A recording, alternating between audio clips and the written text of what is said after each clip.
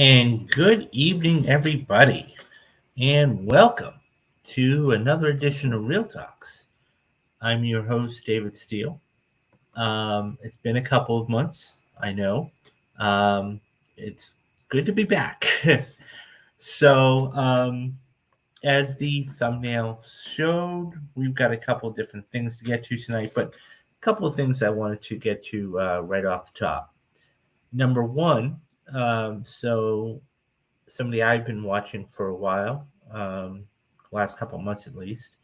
Matt Jarbo actually does this format, doing it at night and whatever else. So, he stepped out of, he's out of town and much needed vacation with his family. So I figured I'd fill in the gaps for about the 2 weeks that he's gone. All that being said, so this is a little different. I really enjoy it. Um, so yeah, I'm so as the thumbnail. So there's a lot to get to tonight. There's a couple different stories. So as you saw, the thumbnail was The big story of the night was Dune 2 being canceled. So of course that came out today, and we'll talk about that in a little bit. But I also wanted this is going to be a little bit of a different stream. It's going to be have a little different vibe. Um, so we're going to touch on a couple different things. Dune 2 being canceled, what this could have for ramifications, other films being canceled. And then I thought, we're almost 1 week from September. So I thought what we'd do is talk about, the summer films. What you guys saw, what you guys enjoyed, what you guys didn't really enjoy, what you thought might have been overhyped, and how everything really transpired, because it was a packed summer. So yeah, and then what we'll do is we'll do some call-ins, and you guys can talk, and really just I want to get your thoughts on maybe if it's not Dune being canceled or the summer wrap up, something else maybe. So anyways, yeah. So right off the top, um, Deadpool actually became a member, and I want to say thank you to him. That was very big for him. So he's been with me from really the get go of this. So that's a big thing. And by the way, guys, if you want to actually support the channel, all you need to do is um, basically head on over to the channel memberships, and there's 3 channel memberships there. One is the one he actually subscribed at, which is the lowest one. I believe it's $3.99, and the highest one is $1.99 or $9.99. So I mean that's like you'll get the big perk there is you'll get a 60 once a month. You'll get a 60-minute private conversation with me, and we'll talk about the channel. We'll talk about everything like that. Or if you're so inclined and you'd like to, you feel free to drop super chats. So yeah, thank you very much, Deadpool, for that, and that will be very, very helpful in the future. Okay, so let's talk about the big story that happened today, and that was Dune 2. Dune 2 is now. This is a film that had been long anticipated for several years. So Dune was actually done all the way back in 1984 by David Lynch. So Kyle MacLachlan and a bevy of other people, and it was a novel that was adapted for the big screen by Frank Herbert. And so the 1984 version really wasn't that well received. As a matter of fact, it wasn't, we weren't really, it wasn't like one of these critically acclaimed, fantastic films. It's kind of a laughable. It's actually going to be turning 30 next year, and it's really hasn't aged that well. So a couple of years ago, okay, I believe it was 2018, Warner Brothers decided to take a gamble. And Denis Villeneuve, who of course has done things like Sicario, Arrival, Blade Runner 2049, Um, basically, he wanted to take this on. So this was going to have to be a film that was so immense, and anybody who's read the book, which I have not, but I do know of it, it is quite thick. And so what they were going to have to do was split this up into two movies. So subsequently, what ended up happening was um, the movie was made, okay, and I saw it in IMAX. I was lucky enough to see it in IMAX. That all being said, um, we had the pandemic, and the pandemic really hurt its worldwide box office. And I'm starting to get away from numbers as far as box office and everything else like that. But nonetheless, what ended up happening was um, this movie. So what HBO Max or Warner Brothers did at that point was they said that they were going to go day and date with everything. So anybody who's not familiar with day and date, it's you could watch it on the HBO Max the day it was released, okay, and it was going to be one every single month, a feature film, a major feature film. And then, of course, you could go, if you were so inclined and you could go to the theater, you could go watch it in the theater. So Dune was one of those pictures that was involved in this day and date slate, and it didn't go over well for HBO Max. As a matter of fact, it was a disaster. So you had, movies like Kong versus Godzilla, which actually we'll get to in a couple minutes, and Dune, and there were Wonder Woman 1984, which, as a matter of fact, really started things out. And Warner Brothers actually paid out a bonus to Gal Gadot and Patty Jenkins because they had in their contracts, had it hit a certain threshold, that um, they would have gotten a bonus because of points. So points are basically based off the worldwide gross. So because Wonder Woman in 2017 ended up making $1 billion, they figured, okay, well, this one's going to do just as well. Subsequently, it didn't, but it wasn't that well received. So they got their bonuses. So getting back to Dune, Dune was one of those pictures that I saw it in IMAX. It was a good movie. Now, truth be told, I hadn't read the books or anything, but it was really good. But I was a little taken aback by the marketing because anybody who had watched the trailer for Dune, okay, one of the first trailers from Dune, noticed that Zendaya was in this. But if you watch the film, she was in about 7 minutes of the film. And she is supposed to be in quite a bit of the second film.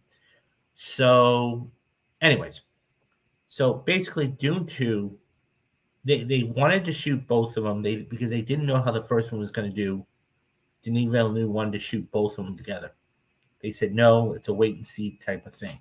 So I think they were always going to give him Dune 2, which eventually ended up getting made, but it was just going to cost him more money. And not only that, there was just, it was a scathing op-ed in the New York Times about that. So let's fast forward. So Dune 2 finally gets made, and it was supposed to be a huge release. As it states there, which is not the correct date, it was supposed to come out in November 3rd of this year. And so that got actually pushed back. And so this is the article from, I'm not going to read it verbatim, but I'm just going to touch upon a couple things. So basically it said that it got delayed amidst of the strikes of 2024. So Warner Brothers made the announcement after Variety exclusively reported last month that the company was eyeing a 2024 date for the sci-fi tentpole.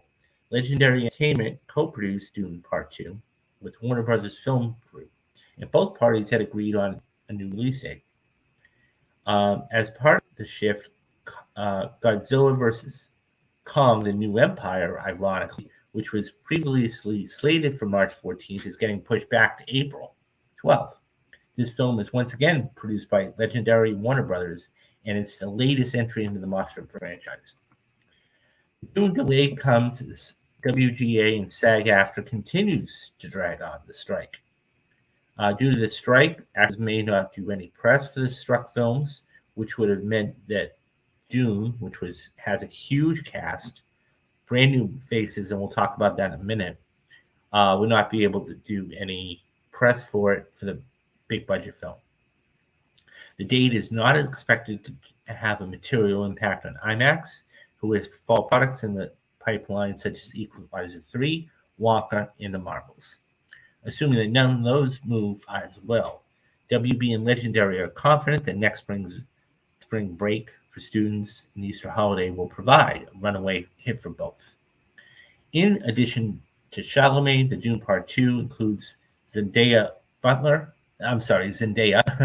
Austin Butler, and Florence Pugh, Rebecca Ferguson, Javier Bardem, Dave Bautista, Christopher Walken, and Leah Serdar, and many more. So, as Variety reported, Warner Brothers was also seeing a possible delays for The Color Purple, which was supposed to have a Christmas release, and Aquaman in the Lost Kingdom, which is supposed to come out the 20th of December. Both those have been pushed back. And Sony is the only other major studio to delay several of the movies last month, pushing back Kraven the Hunter and Ghostbusters Afterlife to 2024. In addition to removing Spider-Man Beyond the Spider-Verse from its release calendar. And due to Part 2 isn't the only Zendaya movie coming out in the more recent future, the other films starring her and Mike Vass and Josh O'Connor, which is called Challengers, and that is a tennis drama. It's slated for next year. Okay, so let's talk about a couple of things here, which I found interesting. I want to say hello to Tony. How are you? Hope you had a great day. So basically, this is a very interesting move by Warner Brothers for a couple of reasons, and it has possible Oscar implications. Okay, so first and foremost, okay, everybody believed, or for the most part, that Dune 2 was going to be up there for Best Picture. Now, whether it had a chance to win or not, that's a different story. So now, because Dune 2 is not going to be there, that's going to open up another slot for another film. Now, obviously, we don't know what that is yet, but so I had at least to date, okay, I had at least 5 or 6 films in there locked in, okay. Past Lives, which I have not seen, but I've heard is outstanding, is probably going to get a Best Picture nomination. Okay, that's one for sure. Barbie is absolutely, I feel like, going to get Best Picture nomination. Okay. Oppenheimer absolutely is going to get a Best Picture nomination. Okay. I could see Killers of the Flower Moon getting in there as well. Absolutely, without hesitation or question. Now, it's going to be a little bit interesting to see whether Across the Spider-Verse gets one. I mean, I think right now it's a lock for Best Animated Film right now. But will the Academy slot it into Best Picture? That could be a very fascinating thing. Another one that could possibly make the rounds, depending on, how it does, is Wonka. I mean, I know it's about Willy Wonka and everything. It's more of a darker. We'll have to see how that goes. But I think one that actually could slide in there, believe it or not, is I think the drama starring Matt Damon and Ben Affleck, Phil Knight, of course, that's about the whole business side of Nike and how they landed Michael Jordan. I think that could be a very fascinating tale, and I think that could easily get in there for Best Picture. And then you have a number of other films over the course of the next few months. So it's going to be very interesting to see. But Dune 2 being moved takes away, it actually gives another slot for another movie to get in there for Best Picture. And I think that's a very important thing. So, I mean, you're going to have a multitude of other, films in there, and it's going to be eclectic. Maybe, and this is an outside chance, maybe what they do, I mean, Top Gun Maverick made it in there last year. You know, I wouldn't be shocked. And, I was raving about it the whole time. I could see a Mission Impossible Dead Reckoning get in there. And they say, but it only made such and such. Yeah, but look at the production of it. It was all based, you have to understand. So that had about a $250 to a $270 million budget. But here's the thing, about 10% of that was COVID costs. Now, I'm not saying that's the end all be all, but look at why that film was as good as it was. Because Tom Cruise, and I've said this countless times before, he loves to do everything practical. And that's why Top Gun Maverick was so good. That being said, okay, I could very easily see it slipping in for a Best Picture. Now, because you have, don't forget, Oppenheimer took away 3 weeks of the PLFs, the premium large formats for Mission Impossible. As a matter of fact, I just saw the other day, Barbie's coming back on IMAX for 1 week. I think it's next week or the week after. So that's going to be fun. But nonetheless, maybe it slips in there. And if not, that it's understandable why. But I think that there's at least 4 or 5 Best Picture nominees. So this is a very interesting thing. Ironically, Dune 2 being delayed, and the new Godzilla versus Kong, once again, made by Legendary, it's the same time, the same thing. So, it's very interesting when we talk about it. Yeah, it definitely. So it's coming out in March. It's going to, I think it's going to be okay.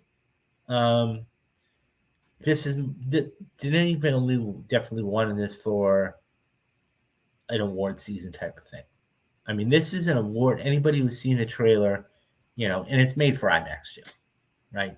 It's a film that's made for IMAX. It's not just, hyperbole. I think that it's really one of those films. I mean, take a look at the cast that's joining us, right? We've got Florence Pugh, okay?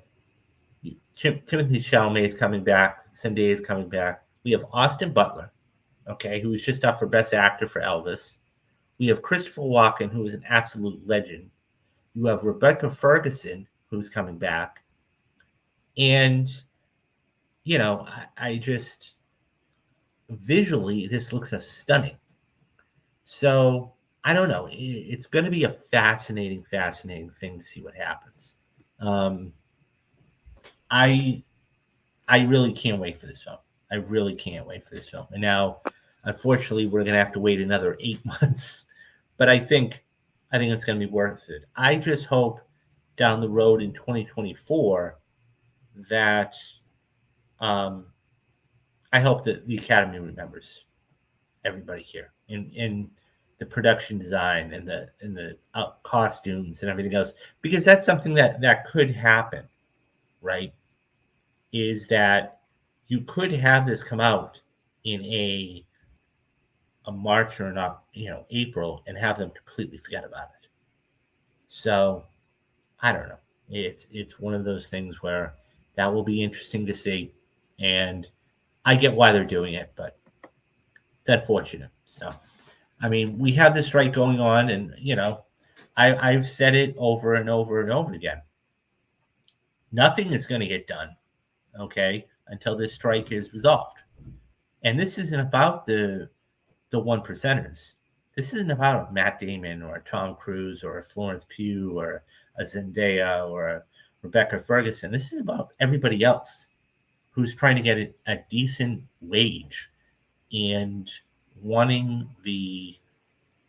a decent pay for work, amongst other things. There's other things there, but that's the biggest thing. And until all this stuff's resolved, we're not going to, I mean, I put out a tweet, I think it was last month, and I said, you know, people need to really, take a hold and enjoy the rest of 2023 and 2024 because the longer this goes on, the worse that this is going to get. And that is a serious, serious problem. Okay, so moving on from that, and that was a big story of the day. I mean, I will say one other thing that there was a little bit of movement from the strike. I mean, I think there was a statement put out, and you know, back and forth, but no major movement. Um, once again, I think somebody offered something that was unrealistic. The WGA came back and said no, so I'm not going to harp on that too much. Anyways, so I want to talk again about. So as I said, we're almost in September, okay, and September is right around the corner. And as this picture shows, there have been a lot of films to come out. Okay, everything from a Mission Impossible: Dead Reckoning to an Indiana Jones, you know, and the Dial of Destiny, to The Flash, to Oppenheimer, to Barbie, to Fast X, to Across the Spy. So, I'm starting to transition away from box office numbers because we've all seen it where films have grossed not a lot of money, but they're fantastic films. And on the other hand, we've also seen films that have grossed a lot of money and they're terrible. So I think I'm starting to get away from that and actually look at the substance of the film of itself and what is it in of itself. And that's the important thing. So um, I thought I'd just go through a couple of these and what I've seen, what I haven't seen, what I want to see, and and maybe tomorrow what I'll do is come back here and join me for the fall preview show. So now the ones I'm going to read to you now are this is in order of how much it's made. So this is not in any order of good or bad or indifferent. So um, I just wanted to point that out real quick. So the first film that's made and is the top grosser of this year, okay, is I actually just saw this film the other night, was Super Mario. And I really liked it. It was fun. It did not seem like, 92 minutes at all. It flew by. And I had a really good time. I mean, I never played Mario Kart, but, it had everything you wanted, right? It had all of the Mario things you wanted. And I really, really enjoyed it. So there's a lot of reasons why that worked. So the second film that really, second highest grossing film of not only the year but the summer, was right behind it, and that was Barbie. So Barbie has made $1.28 billion. It's made a little under 587 here in the States and 713.5 million overseas. Had a huge opening weekend at 162 million. But I love Barbie. I loved Barbie a lot. It was fun. It made you, really think about life. Just, in general, I had a great time with this film. I'd like to go back and see it. If I get a chance to, I definitely want to. I absolutely think that Greta Gerwig is going to get a Best Director nomination, and Margot Robbie is going to get a Best Actress nomination. So I think it's going to get a bunch of other nominations too. I mean, it's going to get Best Screenplay, as I said, Best Director, possibly Best Supporting Actor, Best Actor, depending on where they put Ryan Gosling. Yeah, so definitely. The third highest grossing film of not only the year, but the summer is Guardians of the Galaxy 3. Kicked off the summer, May 5th. Unbelievable. Everybody loved this movie. Um, it just did fantastic things. And I think that it really, it was a great send off for not only the Guardians, but James Gunn. I think that was really a fantastic way to do it. And it just worked. And I'm really, you know, I know they're a mess right now, but I do have faith in James Gunn and over at DC. It doesn't look promising right now, considering the three films that have come out for them. And you got Aquaman coming out in December, maybe. But I am really, really looking forward to Superman Legacy because he's proven he can write and direct and get it done. So, but a lot is riding on James Gunn right now. So the fourth highest grossing film of not only 2023 but the summer was Oppenheimer. I've seen this film 3 times, all in IMAX, by the way. And go see this movie. If you haven't, go see this movie. It is unbelievable. And so this is going to be a stretch. I really, truly believe that Oppenheimer is probably, I mean, I think The Dark Knight is probably the best film from Nolan. And yes, I know, talking about films that are better, like in Inception, in Dunkirk, and Memento. But I think this film here, it's as good, if not better. And I think that, he's absolutely going to get a Best Director nomination. It's absolutely going to be there for Best Picture. It's projected right now to get 12 Oscar nominations. So, I mean, that just goes to show you how good it is. So, moving on, the fourth highest grossing film of the year, and a film that, the fifth highest grossing film of the year, and just it also kicked off the summer, and it was, let's just face it, it was downright terrible. I mean, it was a fantasy film per se, but that was Fast X. I mean, I said I like Fast X, and but it needed help. It needed a lot of help from the budget and everything else. And yes, it's grossed $704 million, but it's had a lot of help.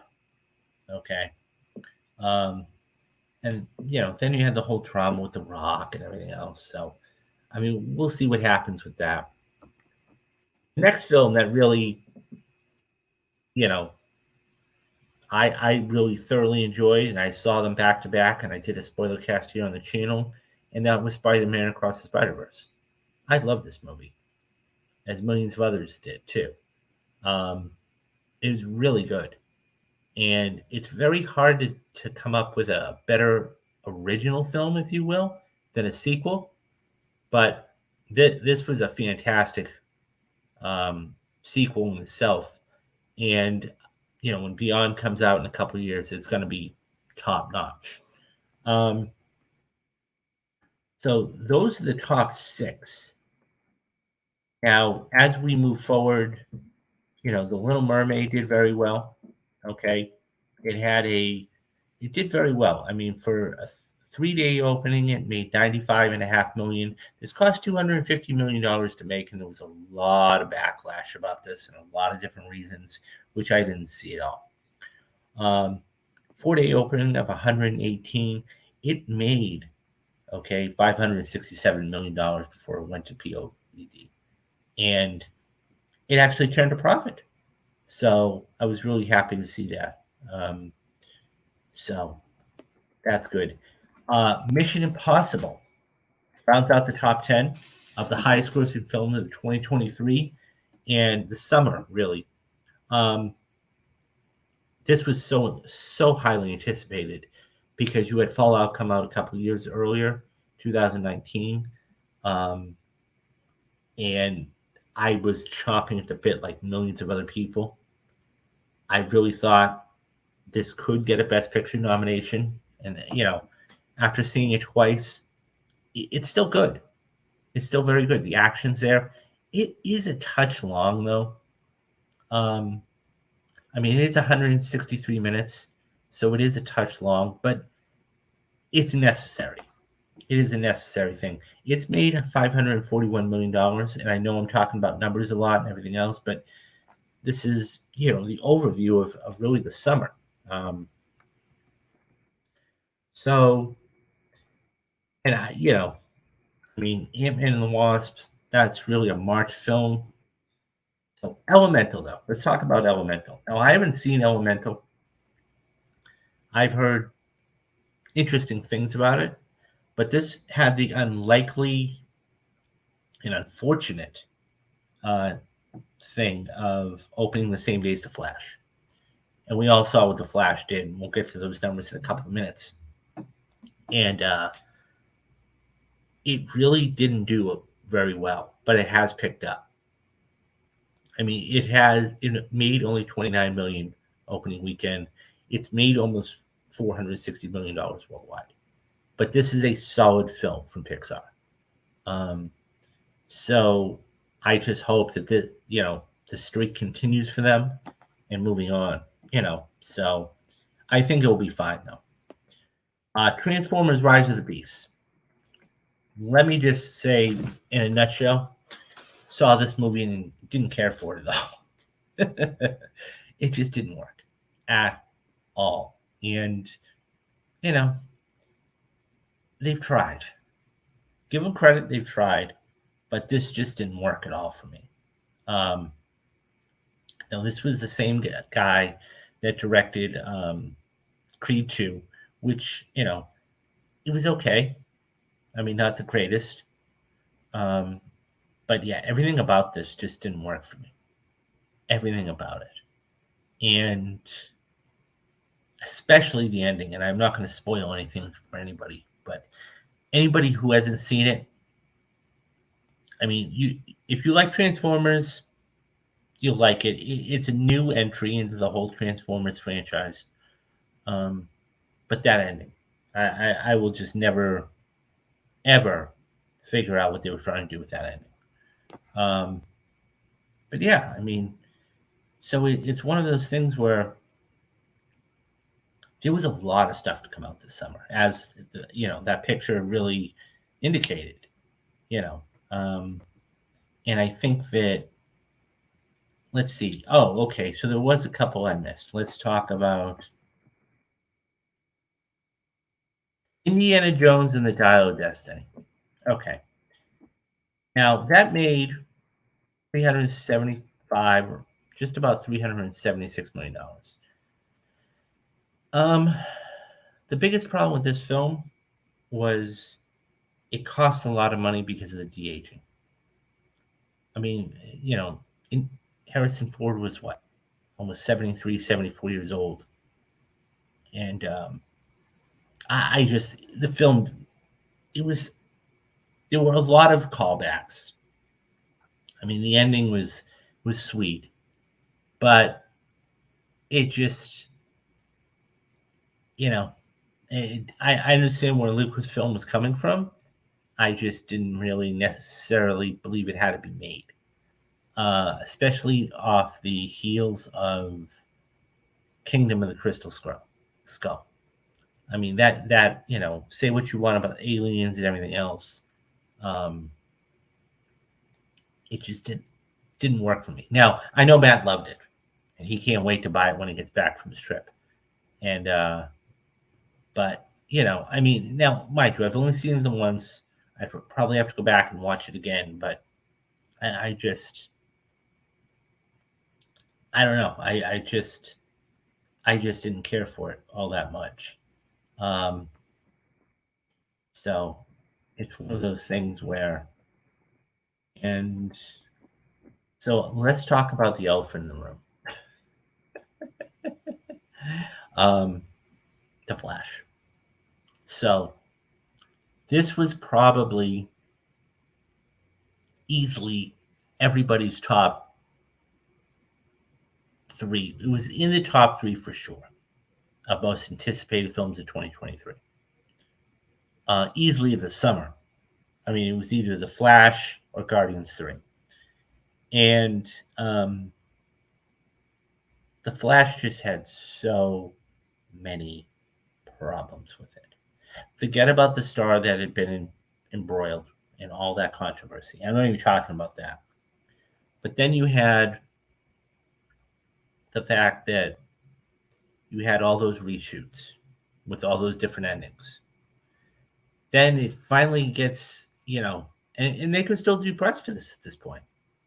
Then you have, it's supposed to be a reboot of the DCU or DCEU, whatever it is. And okay, so it premieres at CinemaCon in March, and everybody gave this glowing reviews. I mean, I'm talking about Stephen King, Tom Cruise, James Gunn, David Zaslav. And so one of the other problems of this film was that, forget about all the glowing endorsements that they gave, it was the free showings. So you could go anywhere across the country before this film actually came out and watch the movie. And those people that watched the movie said, oh, it's not what they were hoping for is, oh my God, it was so good, I have to bring a friend. And that's not what happened. So what ended up happening was the film did not do well. It only made $55 million on a $270 million budget. And the trailer showed way too much stuff, okay? Whether it was Michael Keaton or Sacha Kale or, General Zod or whatever it was. And the CGI was horrible. And they had months and months and months to actually go back and fix and repair it, and they didn't. And it just didn't work. And now DC is left in a position where they don't know what to do. This was the final film that Warner Brothers had come out with this year. Not talking about Shazam! Fury of the Gods. That was a pretty bad debacle. Okay? Or, their other film. And so it's back to the drawing board. I had always said that the poor showing of Shazam was going to hurt the Flash. And the Flash, obviously, did not do well for them. Subsequently, now that we have the strike going on, Blue Beetle's not going to do well, unfortunately. And who knows about Aquaman. But the Flash it was one of those things that I think it definitely did better on, or will do better on Max. But in the theaters, they just, and there's some interesting questions to be asked. For example, do they bring Sacha Kale back? Is she in Woman of Tomorrow? Because we know Andy Muschietti is now going off and doing Brave and the Bold. Okay, Brave and the Bold. And where does that, leave? Do they actually want to go ahead with the sequel? I hope not, but it is Warner Brothers, so you never know. I think that there's a lot of things up in the air with that film. So, once again, this was a jam-packed summer. And the thing is that because of it, it's, you had a lot of films cannibalize themselves. A lot of them. And, Oppenheimer's made quite a bit of money because, let's face it, it had PLFs and it's had great word of mouth and everything else. I think that, it will be very interesting to see what transpires and how it transpires. So, you know, um, now that we have a little more um, understanding of what the fall looks like, um, it will be interesting to see what happens with that. And by the way, guys, tomorrow I will be coming back 8 o'clock, same time, and I'm going to be doing a 2023 fall preview show. So it's going to really, because we're going to start with September 1st, okay, with the Equalizer, and then we're going to go all the way till the end of the year, and we'll talk about the films and everything else and all that stuff. Um, yeah. So I mean those were the two um, big things. So if you want to say winners and losers, I would say the winners of the summer were definitely Barbie and um, Oppenheimer, just because of the whole Barbie and Oppenheimer type of thing. Um, I think if you want to talk about losers of the summer, I think there's a couple that you have to point to. I think that Fast X has got to be one in that category because everybody was looking for this to really, really do well. And then I think you got to look at Dial of Destiny just because of how much it costs, right? And then I think that the big loser, the absolute big loser of the summer had to be The Flash. Has to be The Flash. It was a mess on so many different levels. I think you had a couple of other films in there, like Across the Spider-Verse and Mission Impossible, that did okay. And Elemental made a great rebound. So I mean, I think that was a big. They did okay. Little Mermaid did well. So but we hadn't seen a summer like this in years, and we're probably going to get another one like this in a couple of years, just based off all of the cancellations that we are going to get in, moving forward. So yeah, so this is going to be that's the summer. So tomorrow we'll do the fall preview, and we'll talk about all those films coming up. So before I start so I'm a couple of things, guys. Number one, I'm going to actually start to do things a little differently. I mean, usually I do a show and videos and everything else, and I'm going to get back to that maybe at some point. But I wanted to try a couple different things. I think Matt's angle is working well. So I have a couple of announcements, and then I'll open the lines, and then you guys can hop on in, and we can talk about whatever you want. So, but to start, first and foremost, okay, I actually have a little schedule for the next couple of weeks. So I just wanted to give you a basic rundown of what exactly you guys can expect over the next, I would say, 7 to 10 days. So as I said, tomorrow, okay, it's going to be the fall preview series or fall preview movies. Okay, we'll talk all about those. And then we do have The Equalizer coming out, the new film with Denzel Washington coming out September 1st. It's actually a week from tonight, actually. It's going to be previewing. So I thought what we'd do is the first night we do favorite Denzel movies.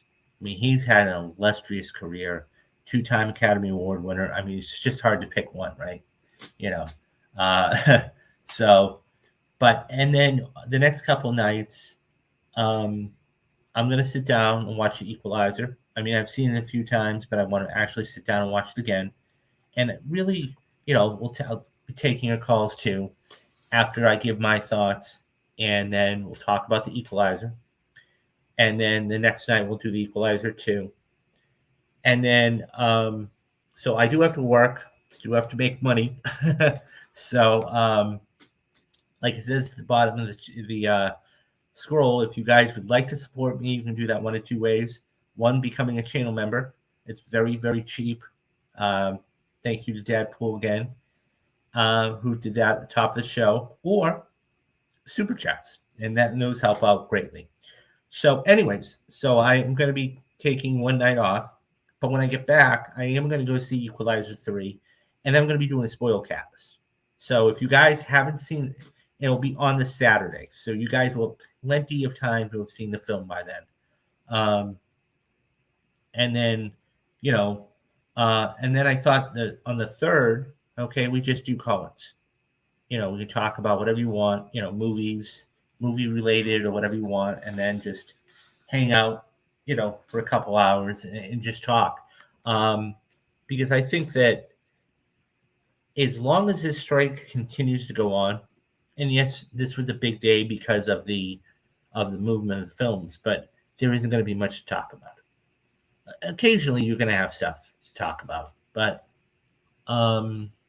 you know, for the most part, it's going to be, you know, not a lot of movement here and there. So, you know, I figured why not open it up to you a little bit? We can talk about things. So that's the schedule. So the other thing too is what I'm going to start doing is for those that actually stop in and want. So I'm going to actually take Matt's approach on something else. I'm going to kind of copy him a little bit. I don't think he'll mind too much. um, so you guys, if you want a film that is a complete deep dive, so what I'm going to do is this, okay? You guys can, and you can shoot me a super chat and tell me this to let me know. What you can do is you can do it in two forms. Number one, you can do it in audio form, or you can get the video form. Now, if you get the audio form, it's going to be $25, okay? But it's going to be yours personalized, okay? And then if you want a video done, okay, it'll be $40. But I will make sure that you don't get, you know, gypped. I'm going to watch the film and do a deep dive into it and really give you my thoughts and impressions about the film that you wanted, because I think that, you know, even with the new content that's coming out, you know, with movies and everything else, it's actually a good time to go back and watch older films too. And when I say older films, I'm not even talking about films like 5 years ago. I'm talking about maybe 10, 15, 20, 40 years ago. I mean, we had so many movies turn 40 this year, it wasn't even funny. I mean, so I did a whole video, and you guys can go back and watch this on the channel, okay? I did a whole video on Return of the Jedi and what the themes were of that film and how it really is held up today and everything else. The Right Stuff turned 40. Amazing movie. And so that's another film that's really held through the test of time. The Outsiders. I mean, these are films that you go, wow.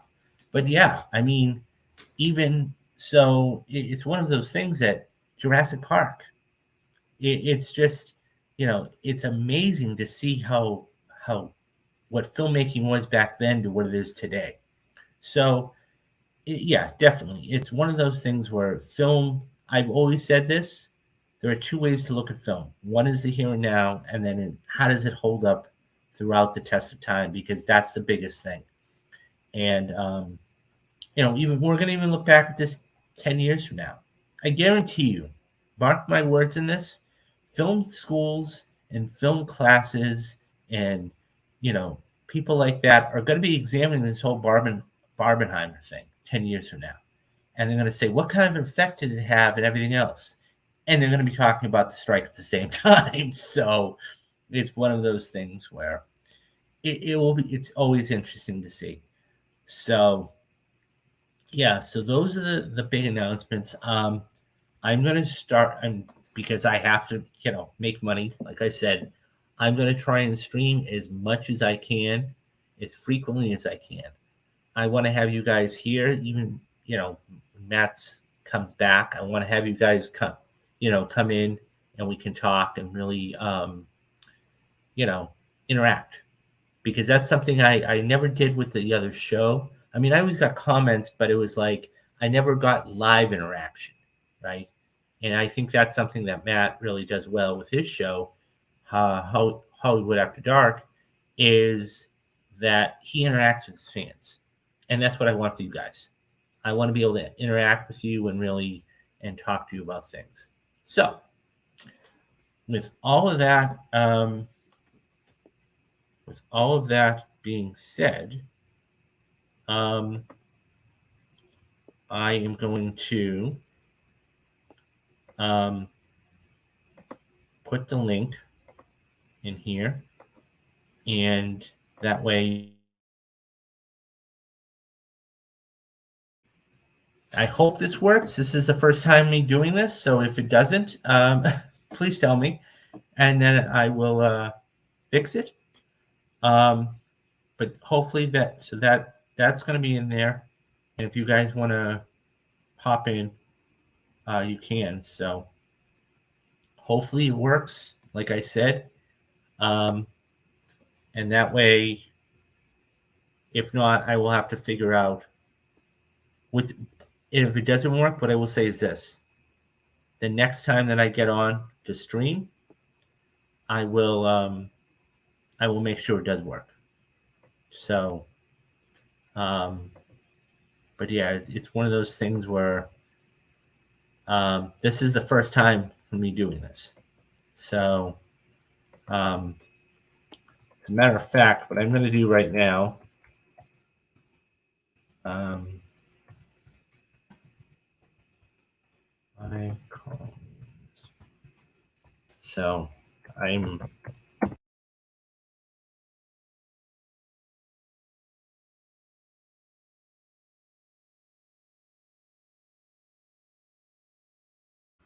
okay. There we go. Um, so yeah, I'm actually trying to figure out. Um, let's see how.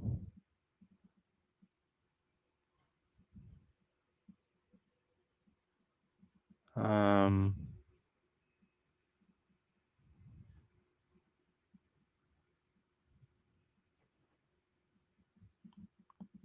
so, like I said, if this doesn't work, then I will.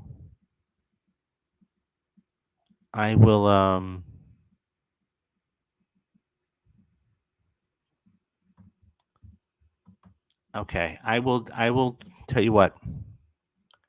I will figure this out, and I want to do this for you guys. So, um, I'm just gonna bring this up, see if okay. Yeah, I don't know. Um, so like I said, if this doesn't work right now, I will definitely I will the next time I actually stream. So this might be I hate to say this might be a short stream then. Um, so um, I'll tell you what. Yeah, I mean, I thought that. Yeah. So I guess. Okay. I tell you what. I know I'm rambling on. Yeah. No. I hear you. I can personally can't. Okay. So yeah. So I'll tell you what. I will actually in the coming days. I will. That's good to know. Thank you, Deadpool.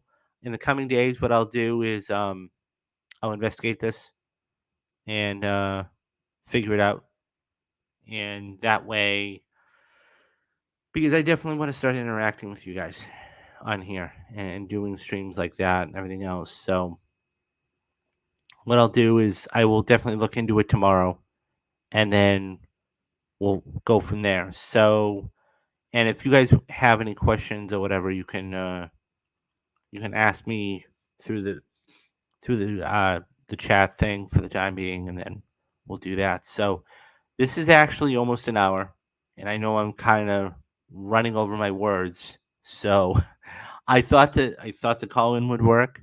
I guess not. So what we'll do is this. I'm gonna actually end this right now, but before I do, yeah, I'm sorry. I'm sorry, Deadpool.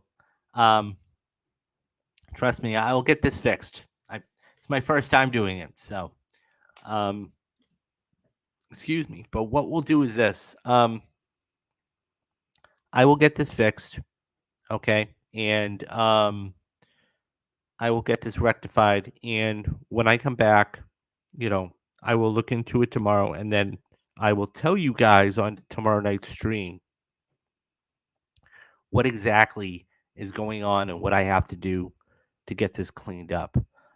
So yeah, like I said, it's a little short, but um, thank you guys for joining me. Um, and there is stuff coming up, so I don't want to spoil it here because it's somebody else's surprise. So I'll let them do it. Um, and then you know, um, so but we'll do that, and then we'll have them come on and talk all about it. So, okay, guys, I'm going to end it for the time being. I will see you guys tomorrow, and I'll be tweeting. I'll tweet out the full schedule, so in case you guys missed any of what the subjects are going to be, I will tweet out all of the schedule, and then that way you guys can tune in. And if you guys have any questions about any of these things, feel free to drop them. All right, so take care. Good night, Tony. Good night, Deadpool. It was great to see you guys. Please come back tomorrow and join me. And okay, so I am out for the evening. Take care of yourselves. Have a good night. Bye bye.